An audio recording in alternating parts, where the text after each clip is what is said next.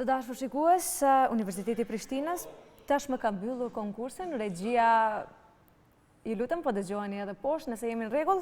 Vazhdojmë. Universiteti i Prishtinës tashmë ka mbyllur konkursin për pranimin e studentëve të ri për vitin akademik 2019-2020 dhe do të diskutojmë pikërisht pra për studentët të rinj me prorektorin për mësim dhe çështje për studentët në Universitetin e Prishtinës, profesor doktor Hysen Bytyqin. Mëngjesi, mirë se erdha, rektor. Faleminderit shumë, faleminderit për ftesën.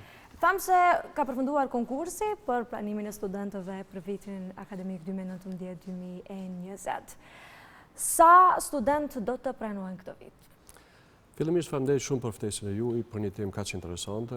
Unë jam shumë i lumtur që jam në studion e juaj dhe shumë i privilegjuar që sot ju drejtohem jap disa informata në përgjithësi me procesin e regjistrimit të studentëve në Universitetin e Prishtinës për afatin e qershorit në emër të këtij institucioni jashtëzakonisht kredibil. Ose si shkoi procesi fillimisht, pastaj flasim për numrin. Mund të them se i gjithë procesi ka filluar dhe shkon në mënyrë jashtëzakonisht të rregullt. Ne urojmë dhe besojmë dhe gjitha përgatitjet e bërë që të shkojnë në mënyrë më të mirë dhe të përfundojë si i tillë. Ne kemi shpallur konkursin me 4 korrik, realisht prej datës 5 korrik të gjithë të interesuarit kanë pas rastin që të drejtohen programeve studimore të Universitetit të Prishtinës për afatin e qershorit në nivelin bachelor. Dhe konkursi është mbyllur të premten, realisht me datë 12, për shkak të një rasti në Fakultetin e Shkenca Matematiko-Natyrore në Fakultetin Filologjik, që kishte për shkak të tramës shiut një ndërprerje për disa orë, ne menduam që është shumë reale që të shtyjmë këtë afate të shtunën, të cilën ka qenë për këto 2 njësi akademike i hapur dhe është mbyllur, ka përfunduar të shtunën në mënyrën më të rregullt mundshme në ora 16 dhe që nga dje kemi filluar me provimin pranuese si procesi i dytë i radhës, në të cilën 8 njësi akademike dje kanë filluar dhe kanë realizuar provimin pranuese të tyre. Sot vazhdon në 4 njësi akademike tjera provimi pranues, konkretisht në Fakultetin e Shkenca Matematiko-Natyrore, në Fakultetin Ekonomik, në Fakultetin e Edukimit dhe Fakulteti i Elektroteknikës dhe po ashtu vazhdon me 2 njësi akademike të cilat dje për shkak specifike të këtij programi, Fakulteti i Edukimit Fizik dhe Sportit dhe Fakulteti i Artit vazhdojnë me programet e tyre që edhe sot provimin pranues. Nesër, për informatën e të gjithëve, provimin pranues e organizon Fakulteti i Mjekësisë. Sa student? Në përgjithësi kemi planifikuar që të regjistrojmë në afatin e qershorit 7156 student në kuadër të 66 programeve studimore. Mund të them që numri i aplikuesve ka qenë rreth 10.000. Një numër i kënaqshëm, një numër i madh? Mund të konsideroj që në disa programe studimore të cilat ofron Universiteti i Prishtinës, numri ishte jashtëzakonisht konkurrues, mund të them jashtëzakonisht i madh. Për shembull në Fakultetin e Mjekësisë në përgjithësi mund flitet prej programeve studimore me një konkurrim prej 4-5 aplikantë për një vend deri në 7-8 në mjekësinë e përgjithshme. E njëjtë mund jenë aplikimi dhe konkurrenca në Fakultetin e Edukimit kryesisht në programit fillor. Ka pas një konkurrencë të jashtëzakonshme edhe në Fakultetin Filologjik në 2 programe, kryesisht në gjuhët e huaja. Mandej ka pas Fakulteti Filozofik Psikologjia, kanë pas ekonomik i profesor. Në Fakultetin Ekonomik dhe Fakultetin Juridik ka një ndryshim ndoshta të qasjes, mund të themi që ne jemi të kënaqur me atë të cilën kemi parë dhe ato me kandidatë cilët kanë aplikuar. Por që e mirë është që nuk janë të drejtuar ndoshta gjithë tek ekonomiku, sepse ka edhe fusha tjera ndoshta që gjithsesi, po duket se viteve të fundit për shkak se është folë shumë se ka ekonomistë shumë në Kosovë, duket se ka qenë një qasje njësoj dhe kemi pas një numër më të vogël të aplikantëve, gjithsesi një numër të dëshirueshëm, por jo dhe si jemi mësuar të shohim në këto 2 njësi akademike. Mendoj që në një është që të gjitha raportet dhe të gjitha diskutimet viteve të fundit thonë që në Kosovë ka mjaft juristë dhe ekonomistë. Mund të jetë edhe ajo që në përgjithësi ka pas një numër më të vogël të maturantëve.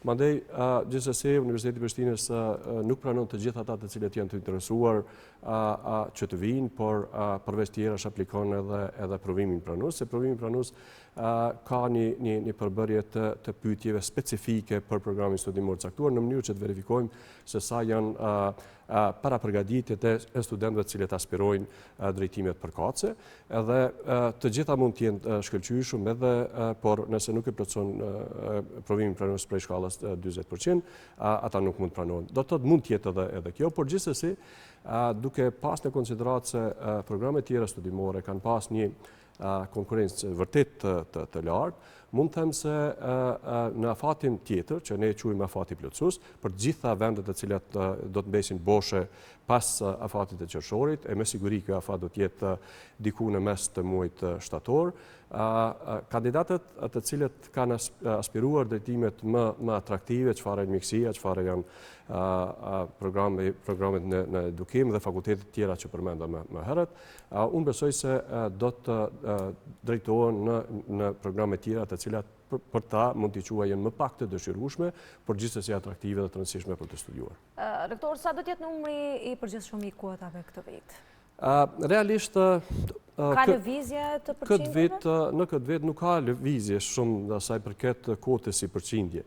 Por aja që e bën më specifike këtë vit për gjithë aplikuesit është ajo se viteve tjera të gjitha kuotat e parapara, duke përfshi kuotat për minoritete apo për komunitetet jo shumicë dhe për shqiptarët të cilët janë jashtë të Kosovës, kanë qenë jashtë normave apo numrit të përgjithshëm të dhënë nga Agjencioni i Akreditimit, respektivisht Këshilli Shtetëror i Cilësisë.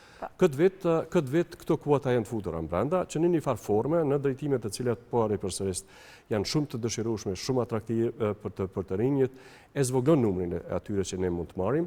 Për informatën e juaj dhe të gjithë shikuesve, këto kuota për cilat ne po flasim tani, janë në përbërje aksesori, do thotë për bazuar në udhëzimin administrativ të nxjerrë në 2016 nga Ministria e Arsimit, Shkencës dhe Teknologjisë, 12% të numrit të përgjithshëm i u takon komunitetit jo shumicë, dhe 2% me ndihmën e ministrit do thotë si përgjigje kërkesës tonë për regjistrimin e studentëve i takon studentëve apo aplikantëve të cilët vinë nga Republika e Shqipërisë dhe Republika e Maqedonisë Veriore, 2% studentëve apo aplikantëve të cilët vinë nga Lugina dhe 1% për herë parë është nda këtë vit vinë nga Republika e Moldovës të Zi. Ajo cila është pikë e cila vërtet do duhet të diskutojë është se zakonisht kuota për 12% që i takon komunitetit jo shumicë nuk plotësohet dhe si e tillë neve nuk na lejohet që të plotësojmë me studentët të tjerë.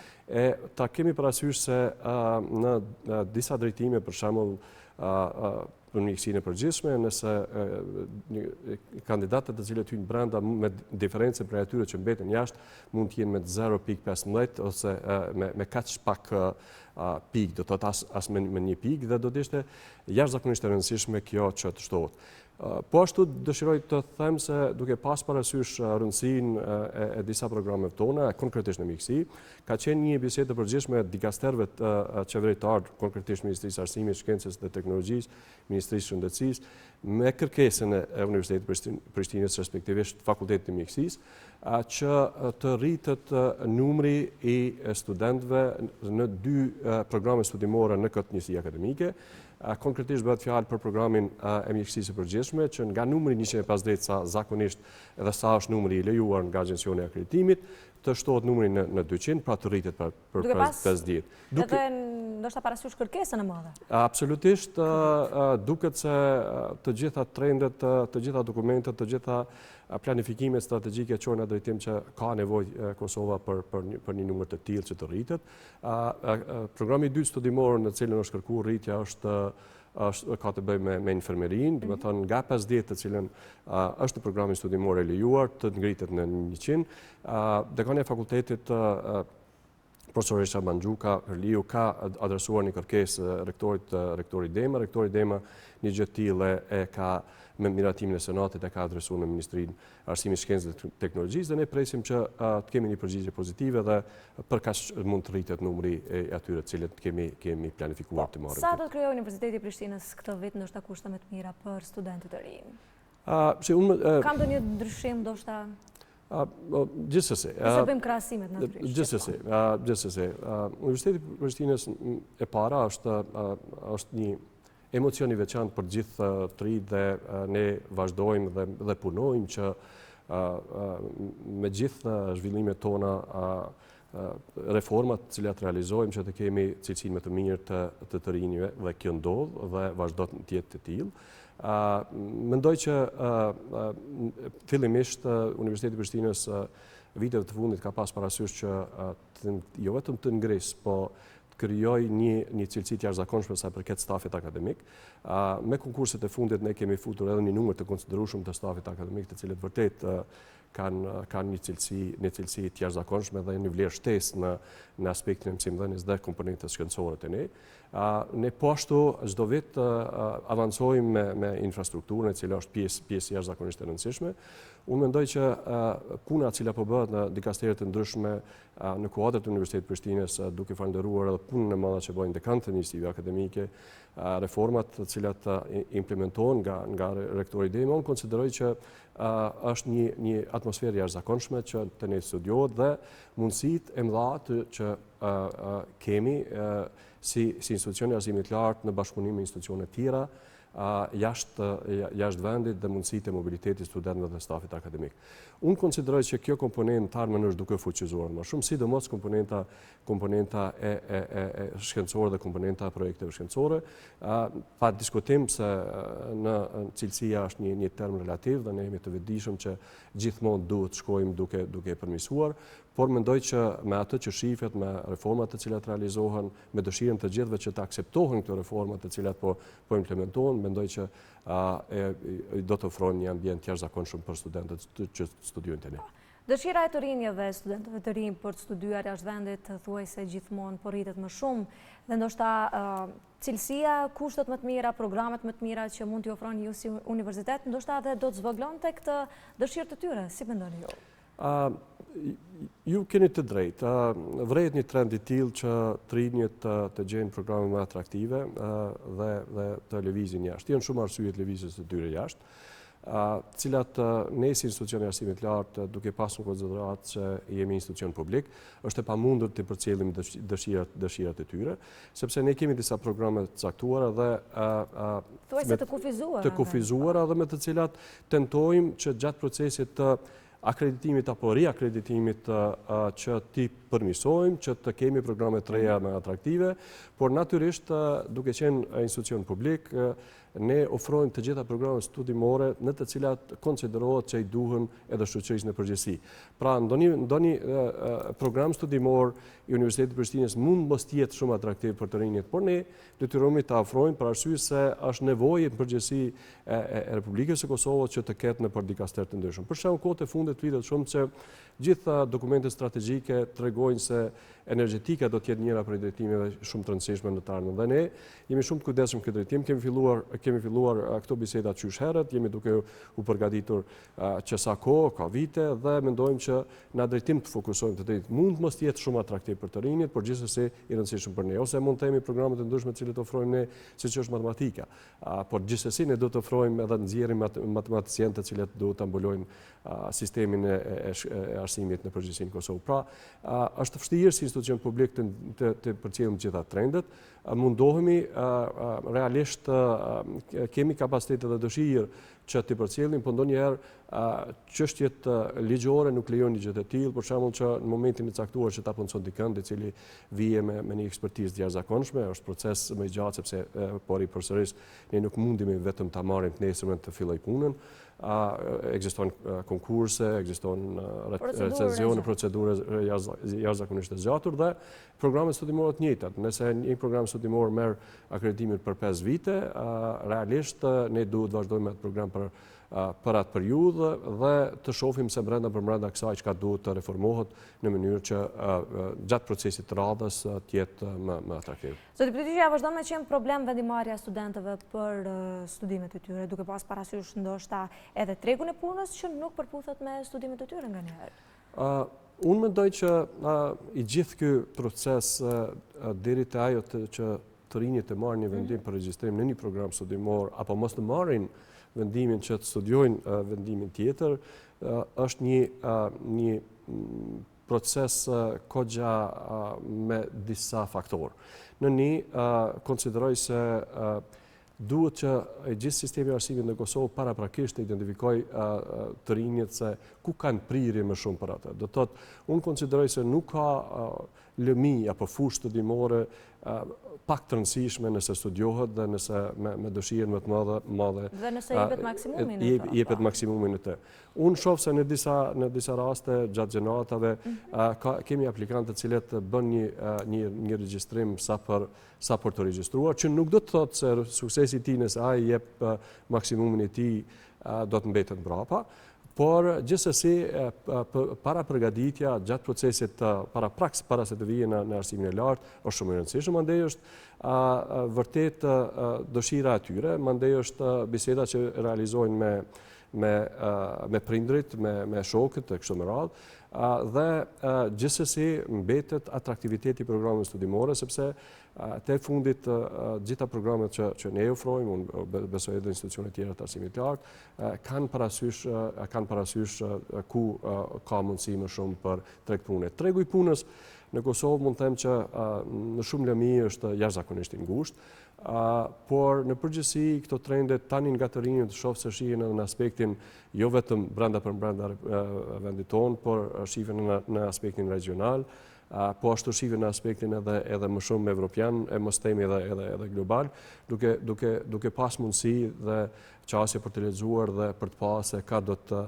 jetë ardhmja më mirë dhe më e lehtë. Dhe unë mendoj që kjo pyetje juaja ka të bëjë me një ngërtim apo me një qasje të gjithë këtyre faktorëve për të përcaktuar se cili do të Ideja është që të zgjedhim ndoshta aty ku ne e gjejmë veten më mirë, pavarësisht që mos ndikohemi ndoshta edhe nga tregu i punës. Sepse ky është qëllimi. Prorektor, më qenë se jemi ka fundi bisedës, ndoshta të përmendim pak edhe këshilli cilësor i cilësisë dje që nuk ka akredituar universitetet e Prizrenit, Mitrovicës dhe Pejës. Çfarë do të ndodhë me studentët të ri që kanë aplikuar ndoshta në këto universitete dhe a do të keni ju kapacitet ndoshta që të bëni ndonjë lëvizje të këtyre studentëve? Çfarë do të ndodhë? Cili është mendimi juaj? Vërtet një pyetje në cilën ndoshta nuk më takon mua të përgjigjem për arsye se nuk jam aktor i drejt për drejt i futur në këtë proces. Mund të them që Universiteti i Prishtinës në procesin e akreditimit ka momentalisht 4 programe bachelor, të cilat me qenë se nuk kemi marrë vendime, ende kemi feedbackun se përgjigjet janë pozitive për këto 4 programe. Gjithsesi nuk kemi të drejtën ligjore dhe ne ashtu gjithmonë veprojmë, nuk kemi shpallë konkurs për këto 4 programe studimore të nivelit bachelor dhe mendojmë këto dalim në shtator.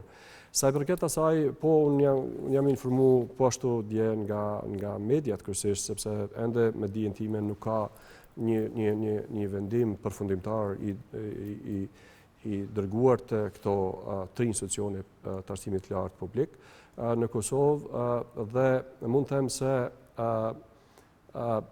i gjithë procesi është jashtëzakonisht serioz dhe unë pa dashur të hyj ideja ishte që ju si Universiteti i Prishtinës sa do të keni mundësi ndoshta të rrisni numrin e taktuar ndoshta që keni parapar për këtë vit. Unë dua të them që sepse kërkesa është gjithmonë në rritje. Unë dua të them që i gjithë procesi i akreditimit duke përfshi edhe atë votim apo atë mbledhje të djeshme të Këshillit Shtetëror të Cilësisë, mund të them është jashtëzakonisht serioz dhe duhet merret seriozisht nga të gjitha palët të cilat janë në këtë drejtim. Si nga agjencioni i akreditimit, si nga institucionet arsimit lartë dhe sidomos në raport me institucionet ndërkombëtare të cilat arsimi i lartë në Kosovë dhe Agjencia e Kosovës për akreditim është antare apo tenton të rikthejë një pozicion.